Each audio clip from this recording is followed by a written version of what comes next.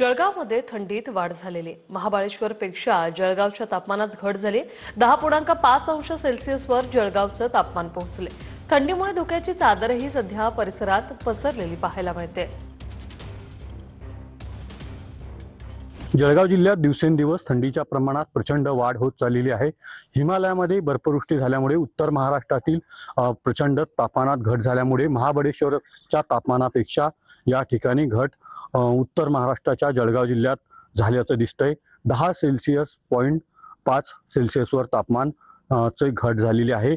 त्यामुळे प्रचंड थंडीच्या प्रमाणात वाढ झालेली आहे। हवामानात देखील या ठिकाणी प्रचंड बदल झाल्याचं दिसतंय। आपण पाहतोय की जळगाव जिल्ह्याच्या महत्त्वपूर्ण भागामध्ये थंडीच्या प्रमाणात प्रचंड वाढ होत चाललेली आहे। त्यामुळे काही ठिकाणी धुक्याची चादर पसरलेली आहे।